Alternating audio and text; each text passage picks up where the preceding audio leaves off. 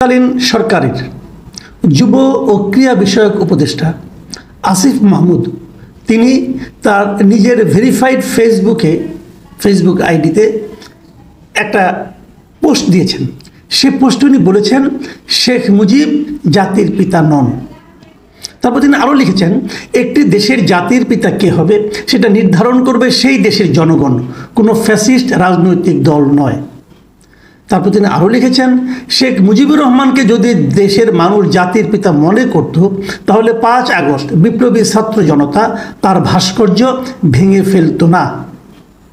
শেখ মুজিব জাতির পিতা নন, আওয়ামী ফ্যাসিজম প্রতিষ্ঠার অন্যতম প্রতীকী মাধ্যম। এই হলো আসিফ মাহমুদের অভিমত।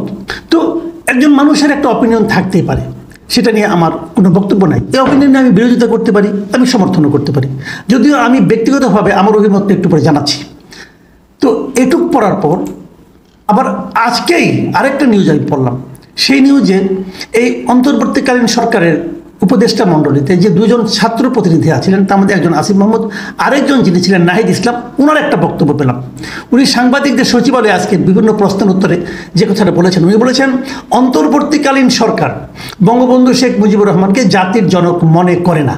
তার মানে ইনি এক ধাপ এগিয়ে উঠতে যে নাহিদ ইসলামের মধ্যে, এটা তার ব্যক্তিগত মত না, উনি বলছেন এই সরকারই নাকি বঙ্গবন্ধুকে জাতির পিতা মনে করে না।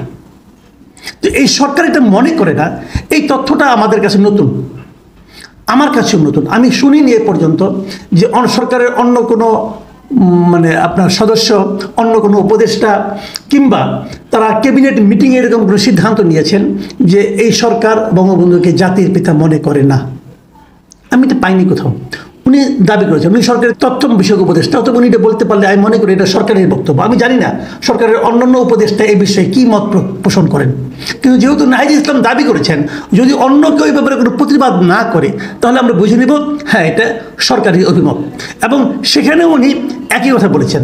ওনাকে যে উনি আওয়ামী লীগ সরকারের, বিগত আওয়ামী লীগ সরকারের নানা ধরনের ঘটনার সম্বন্ধে বলেছেন, ফ্যাসিবাদী তারা ছিল, মানুষের ভোটাধিকার হরণ করেছে, গুম খুন করেছে, গণহত্যা করেছে, কাজেই এগুলো ঠিক আছে। তারপর উনি বলেছেন যে কারা জাতির পিতা বলল, কে কোন দিবসকে জাতীয় দিবস ঘোষণা করলো, এগুলো কোনো কিছু মূল্য নাই। নতুন বাংলাদেশে সেটা ধারাবাহিকতা থাকবে না। ওনারা ঠিক করেছেন নতুন বাংলাদেশে সেটা ধারাবাহিকতা থাকবে না। উনি বলছেন আমরা বাংলাদেশকে নতুনভাবে গঠন করতে চাচ্ছি, ফলে ইতিহাসের প্রতি আমাদের নতুন দৃষ্টিভঙ্গি আনতে হবে। মানে ইতিহাসের প্রতি কী দৃষ্টিভঙ্গি আনতে হবে, নতুন বাংলাদেশ কীভাবে গঠন করতে হবে, এটা আমাদের কাছে নাহিদ ইসলামের কাছ থেকে শিখতে হবে। ভালো কথা। ওনাকে সাংবাদিক সরাসরি জিজ্ঞাসা করেছেন যে আপনি বঙ্গবন্ধুকে জাতির পিতা মনে করে কিনা এই সরকার। উনি বলছেন অবশ্যই মনে করে না, মানে পুরো সরকার মনে করে না। এই হলো ওনার বক্তব্য। আমি আরও 2-3 দিন ওয়েট করবো, তারপর দেখবো সরকারের অন্য কোনো উপদেষ্টা কী বলে। যদি না বলে তখন বুঝবো এটাই সরকারের মনোভাব। তখন আমরাও এই সরকারকে এই মনোভাব তারা ধারণ করে বলে আমরা মনে করব। সরকারের অপিনিয়ন এটা হতেই পারে, তাদের যার অপিনিয়ন। তিনি আবার এই জাতির পিতা সম্পর্কে বলছেন যে আমাদের অনেক জাতির পিতা আছে। উনি আবার এক জায়গায় বলেছেন, তিনি বলেছেন যে আমাদের এই ভূখণ্ডে লড়াইয়ের ইতিহাসে বহু মানুষের অবদান রয়েছে। আমাদের ইতিহাস কিন্তু কেবল 52-তে শুরু হয়নি। আমাদের ব্রিটিশ বিরোধী লড়াই আছে, 4771-এর লড়াই আছে, 90 ও 24-এর লড়াই আছে। আমাদের অনেক ফাউন্ডিং ফাদার্স আছে। তার মানে উনি 90-এর লড়াইয়ের কথা বলেছেন এবং 24-এর লড়াইয়ের কথা বলেছেন, যে লড়াইটা ওনারা করেছেন। মানে এখানেও একজন ফাউন্ডিং ফাদার্স আমাদের খুঁজে পেতে হবে বোধ হয়। ওনাদের মাথায় বোধহয় কোনো একজন লোক আছে যাকে ওনারা ফাউন্ডিং ফাদার্স বলতে চান। আমি জানি না, আলটিমেটলি আমাদের সামনে আরও কী কী শোনার জন্য আমাদের অপেক্ষা করতে হবে। আমরা শুনবো, কোনো সমস্যা নাই। দেখুন, এখন আমি আমার অপিনিয়নটা বলি। আমার বিবেচনায় বঙ্গবন্ধু শেখ মুজিবুর রহমান বাংলাদেশের জাতির পিতা, এটাই মনে করি। বাঙালি জাতির পিতা, উনি আমাদের দেশের জাতির পিতা। পৃথিবীর অনেক দেশে এরকম জাতির পিতা আছে।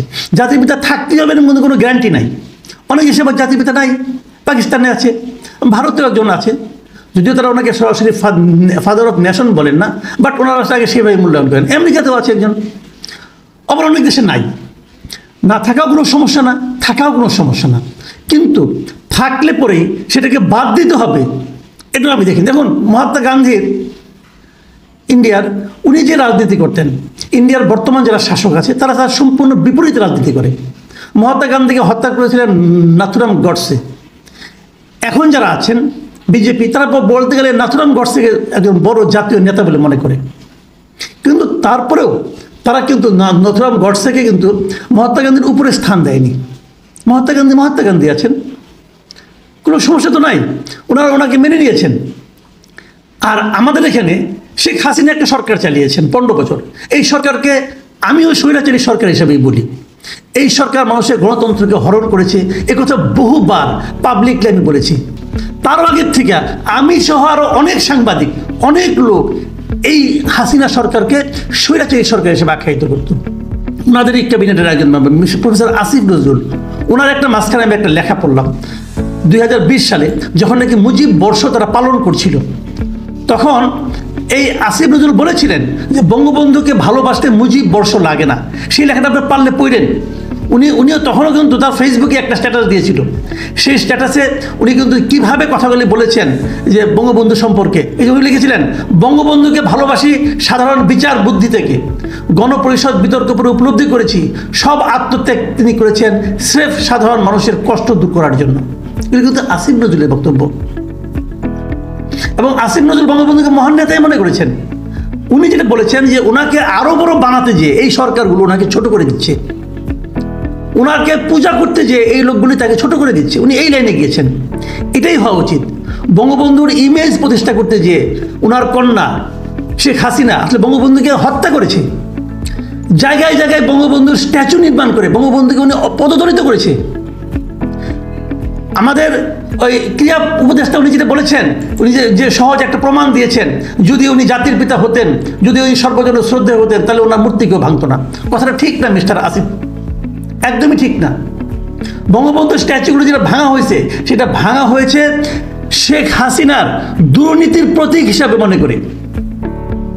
বঙ্গবন্ধুর প্রতি ভালোবাসা কমিয়ে না। বঙ্গবন্ধু না থাকলে বাংলাদেশ স্বাধীন হতো কিনা সেটা সন্দেহ। আপনারা উপদেষ্টা হয়েছেন, অবশ্যই আপনাদেরকে সম্মান করি, কিন্তু আপনাদেরও মনে রাখতে হবে আপনারা কিন্তু কেবল 1-10 জনের উপদেষ্টা হন নাই। পুরো দেশ আপনাদেরকে ভালোবেসে এই দায়িত্বটা দিয়েছে। দায়িত্ব দেওয়াও যেমন যায়, দায়িত্ব সেটা পালন ঠিক মতো করলেন কিনা সেই বিচারও কিন্তু দেশের মানুষই করবে। এদেশ কিভাবে চলবে, এদেশের আগামী দৃষ্টিভঙ্গি কি হবে, কোন নেতার প্রতি আগামীতে দৃষ্টিভঙ্গি কি হবে না হবে, সেটা জনাব আসিফ মাহমুদ এবং জনাব নাহিদ ইসলাম আপনারা ঠিক করবেন না, এটা এদেশের মানুষই ঠিক করবে। এই জিনিসটা যত দ্রুত এবং যত ভালোভাবে মনে রাখবেন, তত আপনি এবং আপনার সরকার বিতর্কের হাত থেকে বাঁচবে। 7টা-8টা দিবসকে বাতিল করা হয়েছে, এটা নিয়ে আমার তেমন কোনো বক্তব্য নাই। অনেক দিবসই আছে, আমি নিজেও মনে করি এই দিবসগুলো থাকা উচিত না। অনেক আগের স্বৈরাচারী সরকার অনেক দিবসই কিন্তু তারা এরকমভাবে করতো। সেই দিবসগুলো আমি মনে করি প্রয়োজনীয় দিবস ছিল না।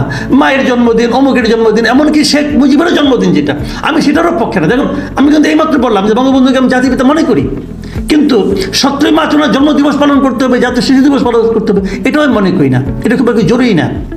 এই জন্মদিবস, মৃত্যু দিবস নিয়ে এত পিড়াপিড়ি মারামারি করার কোনো দরকার নেই, এটা আমি মনে করি। কিন্তু আপনি 7ই মার্চকে ইগনোর করে দেবেন, 7ই মার্চ কোনো আমাদের জাতীয় দিবস হবে না, এটা আপনি বলবেন? এটা হয় না, এটা হয় না।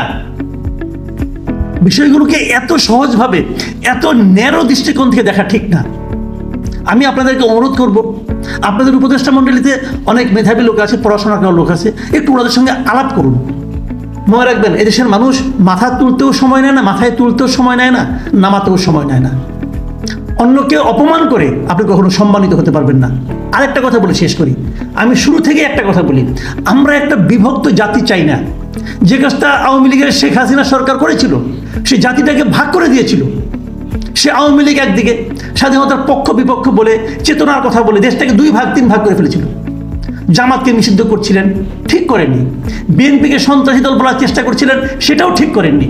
ওনারা স্বাধীনতার একমাত্র সোল এজেন্ট হয়ে গেছিলেন, সেটাও ঠিক করেননি। এগুলো সমালোচনা আমরা তীব্র ভাষায় করেছি, নিজের জীবনের ঝুঁকি নিয়ে করেছি। কিন্তু আমরা নতুন সরকারের কাছ থেকে এটাই চাইব, দেশটাকে দ্বিধা বিভক্ত করবেন না। আগে যেরকম স্বাধীনতার চেতনা কথা বলে দ্বিধা বিভক্ত করা হয়েছে, এখন আমি সেই একই প্রবণতা লক্ষ্য করেছি, একই প্রবণতা লক্ষ্য করছি। এটা ঠিক না। এদেশের বহু লোক আওয়ামী লীগকে ভোট দেয়, বহু লোক। এদেশের অনেক লোক এখনো মনে করে যে শেখ হাসিনাকে তারা অপছন্দ করে, কিন্তু তারা আওয়ামী লীগকে পছন্দ করে, আওয়ামী লীগের নীতি আদর্শকে পছন্দ করে। শেখ হাসিনার আদর্শ, শেখ হাসিনার কর্মকাণ্ড আর আওয়ামী লীগের আদর্শ সমার্থক নয়, এটা আপনাকে বুঝতে হবে। আপনারা একটা কথা পেয়েছেন, ফ্যাসিবাদের অনুগত, ফ্যাসিবাদের সমর্থক বলেছেন তো। আমি একটা চ্যালেঞ্জ আপনাদের করি, আজকে আপনারা হাইকোর্টে গিয়েছিলেন শেখ হাসিনার অনুগত বিচারকদেরকে ওখান থেকে সরাতে, ভালো, এটা নিয়ে আমি কিছু বলবো না, আপনারা বলতে পারেন তারা বিচার বিভাগকে কলঙ্কিত করেছে এই বিচারকরা, আপনারা এই দাবিটা করতে পারতেন, কিন্তু মিছিল নিয়ে যাওয়ার দরকার কি? আপনাদের সরকারই তো আছে, সরকারই তো এই কাজটা করতে পারতো, মিছিল নিয়ে কেন? এখন থেকে সরকার আছে ভাই, সেই সরকারকে আপনার কথা শুনে না, তাদেরকে বলেন।